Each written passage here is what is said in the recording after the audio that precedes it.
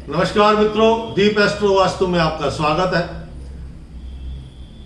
इस दिन सनातन धर्म का सबसे बड़ा त्योहार उत्सव दीपावली या दिवाली, जो महर्षि वाल्मीकि के महाकाव्य रामायण के अनुसार भगवान श्री राम का 14 वर्ष का वनवास आज खत्म हो रहा है और प्रभु श्री राम अयोध्या पधार रहे हैं और उनके आगमन की खुशी और उत्साह में अयोध्या वासियों ने पूरी अयोध्या को जगमग कर दिया दीपमाला से। इसलिए यह त्योहार मनाया जाता है। कारण और भी है, उसके बाद भी बात करेंगे। भगवान राम के आगमन पर इस काली अंधियारी रात को पूरे दीपों से सजा दिया गया, जिसके कारण दीपावली पर्व मनाया जाने लगा। इसका एक और का उद्देश्य है प्रकाश। अंधियारे को मारने में प्रकाश का काम आता है, चाहे वो ज्ञान का प्रकाश हो, उन्नति का प्रकाश हो, बुराई पे विजय, बुराई पे अच्छाई का हो।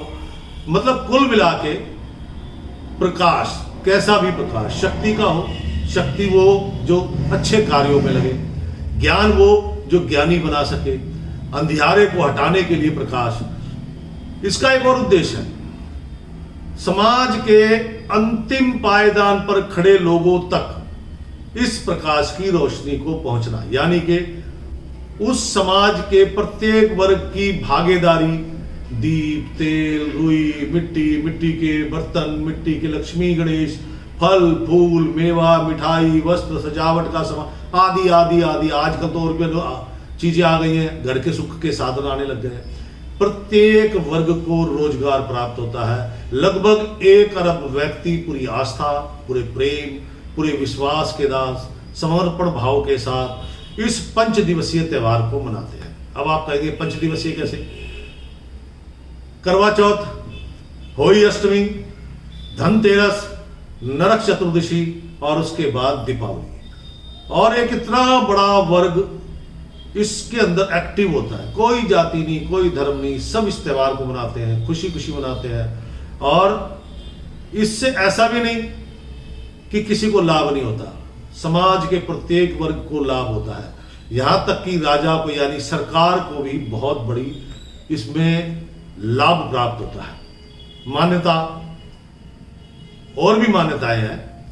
दिवाली वाले दिन समुद्र मंथन में श्री लक्ष्मी जी का जन्म हुआ और दीपावली की रात भगवान श्री हरि को उन्होंने, माता लक्ष्मी ने उनको, श्री हरि को अपने वर के रूप में, पति के रूप में स्वीकार किया। तो इसलिए भी दीपावली मनाई जाती है। एक मान्यता और है, महाभारत के अनुसार 12 वर्षों का वनवास काटकर पांडव हस्तिनापुर आज की रात, यानी के कार्तिक की कृष्ण पक्ष अमावस्या की रात, दीपावली की रात को उनका आगमन हुआ था। एक मत और है, सिख धर्म के दिवाली से संबंध जो है वो जहांगीर ने आज ही के दिन गुरु हरगोविंद जी को रिहा करा था। इस घटना से भी जुड़ी हुई है दिवाली। जैन धर्म में इस दिवाली को बहुत धूमधाम से मनाया जाता है। क्यों? क्योंकि भगवान महावीर का निर्वाण की ये वर्षगांठ के रूप में मनाया जाता है। भारत का एक राज्य है गुजरात, वहां पे दिवाली से ही उनका नया साल शुरू होता है। और दिल्ली में भी और भी कई जगह जो आड़त वगैरह का व्यापार करते हैं, आज ही के दिन से अपने बही खाते बदलते हैं, उसमें वो उनकी पूजा पाठ इत्यादि करते हैं। अब एक मान्यता और है, पश्चिम बंगाल में दिवाली माता काली के सम्मान में मनाई जाती है। माँ काली की पूजा होती है और बड़े धूमधाम से इस दिवाली का आयोजन किया जाता है। दीपावली का त्योहार, दीपावली सुख समृद्धि प्रत्येक व्यक्ति के लिए। जब इतना बड़ा रोजगार निकलेगा, आप इमेजिन करो, सबके पास सुख समृद्धि धन सब कुछ होगा, सब प्रसन्न होंगे। इतने आनंददायक त्योहार को बड़े ही शानदार तरीके से मनाए। समय बात करते हैं, ये तो कथा थी छोटी मोटी, वैसे सबको पता है। बात करते हैं दीपावली कब है। दीपावली है 12 नवंबर दोपहर 2:44 से और 13 नवंबर दोपहर 2:56 तक है। अपने अपने स्थानों के हिसाब से, मैं दिल्ली के हिसाब से चल रहा हूं, अपने अपने स्थानों के हिसाब से 2-4 मिनट आप आगे पीछे कर सकते हैं। पूजन, जो शुभ समय पूजन का है, व्यापारियों के लिए, दुकानदारों के लिए, घर के लिए और तांत्रिक पूजाओं के लिए वगैरह वगैरह। तांत्रिक पूजा के लिए तो अलग विशिष्ट है। पूजन दिवाली के दिन लक्ष्मी माता का पूजन जो वैसे प्रदोष काल में बहुत शुभ माना जाता है।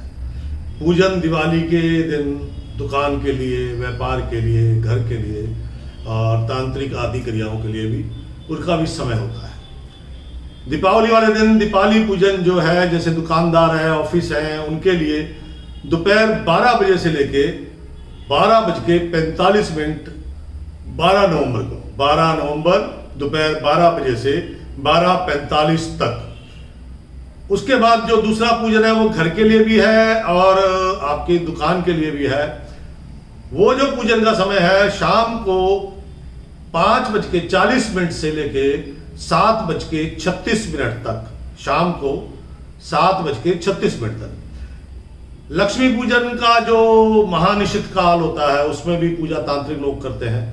जो महानिशित काल होता है वो जो पूजन है रात्रि 11:39 से शुरू होगा और रात 12:31 पर खत्म होता है।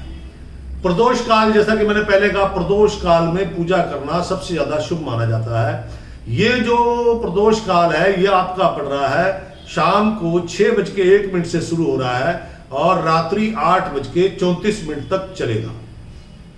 आजकल व्यापारी वर्ग को देखा होगा, वो अपने पूजन में बही खाते रखते हैं। और मैंने जैसे पहले बोला था कि पेन कलम लाल स्याही से चलता हो, तो वो बही खातों के साथ रखा जाता है। उनकी पूजा होती है, बही खाते बदले जाते हैं, पुराने रखे जाते हैं, नए लिखे जाते हैं, स्वास्तिक बनाया जाता है, माता लक्ष्मी गणेश जी का नाम लिया जाता है, प्रणाम किया जाता है। तो इस प्रकार से व्यापारी लोग अपना पूजन में बही खाते इस्तेमाल करते हैं। पूजन सामग्री क्या है? सामग्री बहुत है आपके पास, आप कितना खर्च करना चाहते हैं उतना है।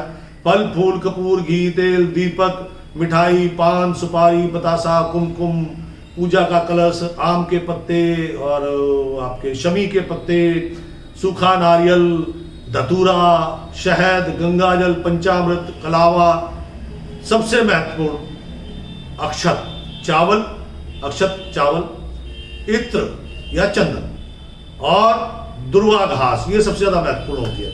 जनेऊ, वस्त्र, केले, शंख, शंख, कमल, श्री यंत्र, ये बहुत महत्वपूर्ण है क्योंकि शंख की पूजा होगी, श्री यंत्र की पूजा होगी और कमल आप मां लक्ष्मी के चरणों में अर्पित करेंगे। पूजा में ये सामान जरूरी है, लेकिन मेरा अपना एक मानना है कि भाव बड़ा होना चाहिए। पूजा के लिए सब अपने अपने प्रकार से पूजा करते हैं, कीजिएगा, भाव पूरा होना चाहिए। ये सामग्री रखते हैं तो और ज्यादा अच्छा होगा। अगर आप धन से प्रेम करते हैं और आपको बहुत सारा धन चाहिए और बड़े समय से धन से परेशान है, तो कुछ उदाहरण दे रहा हूं जिससे आप धन की प्राप्ति कर सकते हैं पूरे साल भर के लिए। इस दीपावली वाले दिन कुछ तांत्रिक पूजाएं जो मैंने सिर्फ घरेलू लोगों के लिए साधारण करके बनाई है, उस पर जरा ध्यान दीजिएगा और वो पूजा आपने करनी है। आपने क्या करना है? जैसे पूजा के समय आप चौकी सजाएंगे, गंगाजल छिड़केंगे, लाल कपड़ा बिछाएंगे, चावल वगैरह की ढेरी लगाएंगे, तो एक चावल की ढेरी पे रखना है श्री यंत्र को, एक चावल की ढेरी पे रखना है शंख को, ठीक है जी। और थोड़ा सा सिंदूर, थोड़ा सा शुद्ध घी, अगर वो गाय का मिल जाए तो सोने पे सुहागा है, और इत्र, हल्का सा इत्र, ये तीनों चीज मिला लीजिए। मिलाने के बाद आपने एक एक मंत्र पर एक एक तिलक श्री यंत्र को करना है, शंख को नहीं करना, श्री यंत्र को करना है। शंख ऐसे ही रखा रहेगा। श्री यंत्र पर एक एक मंत्र, माता का, मां लक्ष्मी महामाई का जो बीज मंत्र है वो है ओम ऐं श्रीं ह्रीं क्लीं नमः, ये बीज मंत्र है। आप इससे भी पूजा कर सकते हैं। अगर आप इससे करेंगे 11 माला तो परिणाम आएंगे। एक दूसरा माता महालक्ष्मी का मंत्र है विष्णु प्रिय नमस्तुभ्यम नमस्तुभ्यम जगद्धिते आत्री हंत्रिम नमस्तुभ्यम स्मृति कुरु में सदा। ये आप 5 माला कर लीजिए, इसके भी परिणाम बहुत अच्छे हैं। और एक शाबर मंत्र, रामायण के अंदर भगवान गोस्वामी तुलसीदास जी ने शाबर मंत्रों के लिए प्रॉपर एक वहां पे दोहा दिया गया है कि ये ऐसे मंत्र हैं, गुरु गोरखनाथ जी की कृपा से, बाबा भोलेनाथ की कृपा से इनको सिद्ध नहीं करना पड़ता, ये सिद्ध मंत्र है, सारे सिद्ध मंत्र हैं। तो माँ लक्ष्मी की प्राप्ति के लिए शाबर मंत्र भी बहुत काम करता है। आपने इसका 108 बार तिलक करना है श्री यंत्र पर। और शाबर मंत्र क्या है? श्री शुक्ले महाशुक्ले कमलदल निवासिनी महालक्ष्मी नमन नमः। लक्ष्मी माई सत्य की सहाई, आओ माई करो भलाई, ना करो तो सात समुद्र की दुहाई, नौ नाथ 84 सिद्ध की दुहाई। ये शाबर मंत्र है। और आपको बहुत पैसा चाहिए और बड़े लंबे समय तक के लिए धन चाहिए, तो आपको आज रात के समय जो महानिशित काल है उसमें आदि जगत गुरु शंकराचार्य द्वारा रचित कनक धारा स्त्रोत, उस समय जगत गुरु शंकराचार्य जी ने इस स्त्रोत को बोल के आकाश से सोने की वर्षा कराई थी।